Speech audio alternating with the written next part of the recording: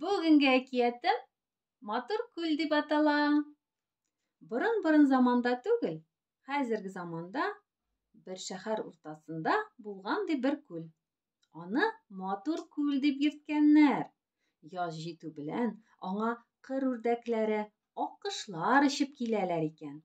Рәхәтләнеп йөзәләр икән. Аның суы бик чиста булган. Барысы да аңа карап сокланган, олысы кечесе ял иткән.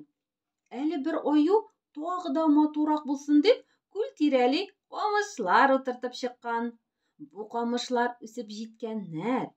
Барысы да бу гүзәллекне күреп куанган. Тик күл генә көннән-көн моңсуланган, кәефе булмаган.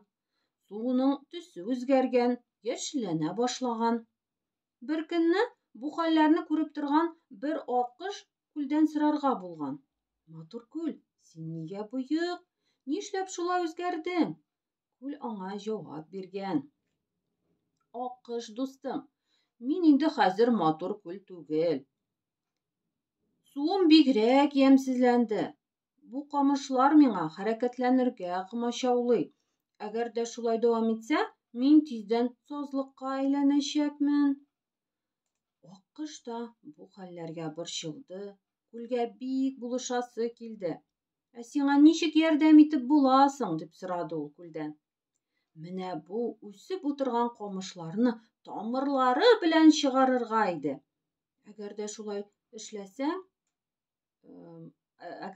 эшләмәсәң, алар тагы да кытырып үсәчәкләр бит. Аккош, мин аңладым, син түз, яме? Диде. Мин хәзер барысын да хәл итәм дип очып китте. Шул арада аккош үзенең дусларын җыеп очып та килде. Кайсы нәрсә алып килгән? Кемдә керәк, кемдәдер сәнәк, тырма. Бер заман экскаваторлар, тракторлар да килеп җитте. Кызу эш башланды монда. Күл аңлатканча барысын да эшләделәр. Көне буе тырыштылар. Матур күлнең суы чип-чиста булды. Аның шатлыгы эченә сыймады. Ул аккошны чакырып алды да әйтте: "Рәхмәт, дустым. Син мине яңадан яшәрттең.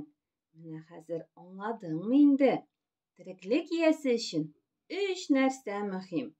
Алар һава, су һәм хәрәкәт." Аккош та күлгә ярдәм итә алуына бик куанды. Шуның белән әкиятем тәмам, дусларым. Хушыгыз!